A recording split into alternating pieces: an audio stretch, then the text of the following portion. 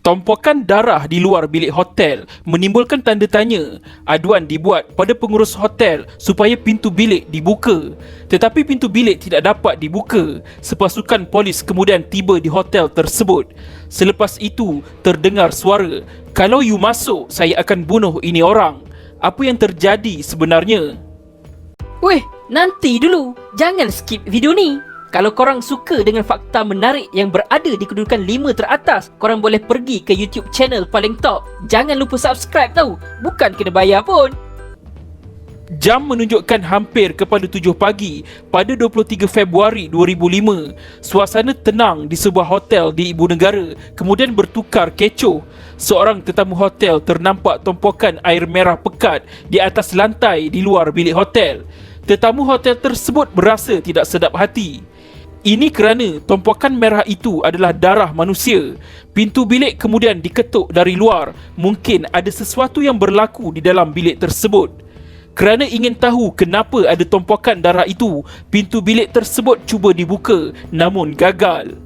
Kemudian, ada suara kedengaran dari dalam bilik. Penghuni bilik itu arahkan tetamu di luar bilik supaya beredar dan jangan ganggu dia. Kerana curiga jika sesuatu yang buruk akan berlaku, kejadian ini terus dimaklumkan kepada pengurus hotel. Dengan pantas umpama jet pejuang, pengurus hotel pun tiba. Beliau kemudian menjerit dan mengarahkan penghuni bilik nombor 3022 tersebut supaya membuka pintu bilik. Penghuni bilik itu menjawab dari dalam bilik, "Jika kamu buka pintu, ada seseorang akan pukul saya. Lebih baik kamu panggil polis." Dengan segera, polis pun dihubungi. Halo polis, saya mau buat report ma. Ini ada orang saya pun tak tahulah dia buat apa dalam bilik. Saya tak berani ma, nanti dia bunuh saya ma. Cepatlah datang tuan, tangkap ini orang. Sohai punya itu orang jahat. Nanti bos saya marah ma, ini dia punya hotel lah. Saya manager saja ma, bukan tauke. Nanti you suruh tangkap ini orang. Saya belanja you nasi ayam Hainan sama itu teh Cina lah. Bagus ma, untuk buang toksik dalam badan. Nanti you lagi kuat untuk tangkap orang jahat ma. Cepatlah datang tuan, saya benci dengan kejahatan ma. Okey tuan, thank you. Saya tunggu you ha. Ketika polis tiba, polis mengarahkan penghuni bilik tersebut membuka pintu sebelum pintu bilik dirempuh masuk. Polis kemudian terdengar, "Kalau you masuk, saya akan bunuh ini orang. Lu pergi balik, jangan kacau saya." Polis kemudian bertindak untuk memecahkan pintu bilik tersebut. Pintu tersebut tidak dapat dibuka sepenuhnya kerana dihadang dengan katil dan rak TV. Melalui celahan pintu bilik yang terbuka, polis dapat melihat keadaan bilik yang agak bersepah. Yang lebih mengejutkan ialah kelihatan seorang lelaki sedang berbogel. Lelaki tersebut sedang memegang VCD player di sebelah tangannya, manakala sebelah tangan lagi memegang rambut seorang perempuan, iaitu mangsa. Tangan dan kaki mangsa tersebut telah diikat. Mangsa kemudian diheret ke dalam tandas. Pada ketika ini, polis masih lagi tidak dapat masuk ke dalam bilik tersebut. Suspek yang mengheret mangsa ke tandas kemudian berdiri di atas mangkuk jamban. Sambil memegang botol kaca yang pecah, suspek menjerit, "Saya bunuh ini orang, saya bunuh ini orang." Polis kemudian terus merempuh masuk dan menangkap suspek. Pakar patologi forensik iaitu Dr. Siu Shiu Feng dari Hospital Kuala Lumpur yang melakukan bedah siasat untuk kes ini mengesahkan mangsa mati disebabkan kecederaan teruk di muka dan leher mangsa. Pakar patologi menyatakan bahawa penyebab kematian adalah trauma kekuatan tumpul pada kepala. Mangsa telah mengalami 101 kecederaan. Ahli kimia mengesahkan darah suspek mengandungi amfetamin dan metamfetamin dan memaklumkan seseorang di bawah pengaruh dadah jenis psychostimulant yang boleh mempengaruhi fikiran kita. Suspek kemudian didakwa di Mahkamah Tinggi Kuala Lumpur atas tuduhan membunuh mangsa. Cheong Kam Kuen, 44 tahun, seorang penganggur, didakwa membunuh Liu Paisia, 27 tahun, iaitu seorang pegawai khidmat pelanggan GRO di bilik bernombor 3022 Hotel Fugisan yang terletak di nombor 45 Jalan Imbi. Mayat Liu ditemui di dalam tandas dalam keadaan berbogel dengan tangan dan kakinya diikat dengan wayar elektrik. Dalam penghakiman ini, berdasarkan keterangan saksi, Cheong berada dalam keadaan sedar ketika kejadian pembunuhan itu dan tertuduh tahu perbuatannya yang memukul dan mencederakan mangsa boleh membawa maut.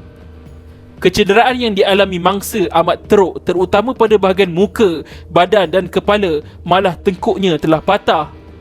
Berdasarkan fakta, tertuduh berniat melakukan pembunuhan ke atas mangsa. Dia tahu perbuatannya cukup bahaya. Mahkamah telah mendengar keterangan tertuduh bahawa dia dalam keadaan amat marah dan ada pengaruh dadah, tetapi dengan meneliti keterangan pakar, terdapat begitu banyak kecederaan serta dijumpai tali-tali yang diikat pada badan mangsa, kata Pesuruhjaya Kehakiman Mahkamah Tinggi Hakim Azman Abdullah. Untuk mengurangkannya, tertuduh yang diwakili Peguam Lee Tiong Hui mengatakan Cheong telah merancang untuk menikahi Liu, tetapi rumahnya telah dirampas oleh Along. Mereka telah tinggal di hotel itu selama 6 bulan sebelum Cheong membunuh kekasihnya itu. Mayat Liu ditemui setelah darah mengalir keluar dari bilik ke koridor hotel di mana ia menarik perhatian kaki tangan hotel. Cheong telah memberi keterangan dengan sumpah bahawa dia telah diprovokasi dengan teruk ketika Liu mengaku mempunyai teman lelaki lain. Hakim Mahkamah Tinggi menolak kesemua hujuan peguam bela tertuduh. Walaupun Cheong positif dadah, dia tidak berada dalam keadaan mabuk dan masih sedar dengan apa yang telah dilakukannya. Hakim menjatuhkan hukuman gantung sampai mati kepada Cheong di bawah Seksyen 302 Kanun Keseksaan. Cheong Kam Kuen bersalah membunuh mangsa.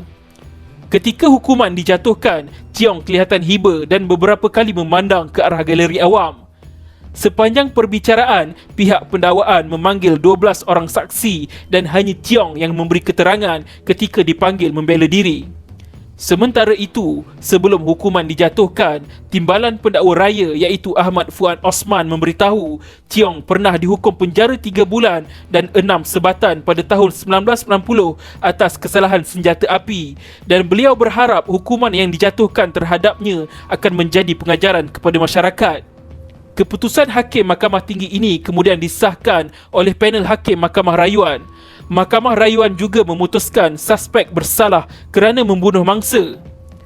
Kes ini kemudian naik ke mahkamah paling tinggi iaitu Mahkamah Persekutuan. Peguam bela Cheong membuat rayuan di hadapan panel hakim tertinggi negara. Kes didengar 5 hakim yang diketuai Ketua Hakim Malaya ketika itu, Zulkifli CJ. Panel hakim juga terdiri daripada Yang Amat Arif, Richard Malanjum, Hashim Yusof, Abdul Hamid Embong dan Sulong Matek Jirai. Peguam bela berhujah tertuduh sebenarnya tidak berniat membunuh mangsa dan tidak patut dihukum gantung sampai mati. Dalam hujahan tersebut, kecederaan yang dialami oleh si mati tidak mencukupi dalam keadaan biasa sehingga menyebabkan kematian. Ini kerana laporan pakar patologi mengesahkan kecederaan teruk di bahagian muka dan leher mangsa adalah kerana tertuduh berulang kali memukulnya. Secara semula jadinya, kecederaan tersebut tidak akan boleh membawa maut. Dengan itu, tertuduh seharusnya didakwa di bawah Seksyen 299 Kanun Keseksaan, iaitu menyebabkan kematian bukan kerana membunuh, dan bukannya di bawah Seksyen 300 Kanun Keseksaan, iaitu membunuh. Sekiranya didakwa di bawah Seksyen 299, tertuduh didapati bersalah kerana berdasarkan pengetahuan bahawa dengan tindakan dia itu mungkin boleh menyebabkan kematian. Perbuatan tertuduh kemungkinan berlakunya kematian kepada mangsa adalah rendah. Ianya bukan dianggap membunuh mangsa dengan niat, merujuk kepada Raja Azlan Shah. Panel Hakim Mahkamah Persekutuan bersetuju bahawa tidak ada bukti yang diketuai oleh ahli patologi mengenai apakah kecederaan yang dialami oleh si mati cukup dalam keadaan biasa sehingga menyebabkan kematian. Kecederaan pada muka dan leher mangsa tidak dianggap boleh membawa maut secara semula jadi kepada mangsa. Jadi, suspek tidak boleh didakwa atas kesalahan membunuh mangsa di bawah Seksyen 300 Kanun Keseksaan dan tidak patut digantung sampai mati. Panel Hakim Mahkamah Persekutuan memutuskan Cheong Kam Kuen bersalah di bawah Seksyen 299 Kanun Keseksaan dan dihukum di bawah Seksyen 304(A) Kanun Keseksaan yang membawa hukuman penjara 20 tahun. Cheong terlepas dari hukuman gantung sampai mati. Hakim menambah, kecederaan teruk yang dialami mangsa tidak boleh sebulat-bulatnya dijadikan asas untuk buktikan adanya niat untuk membunuh. Penghakiman penuh kes ini boleh dirujuk dalam kes Cheong Kam Kuen lawan pendakwa raya 2013 1 MLJ 15 Mahkamah Persekutuan Putrajaya.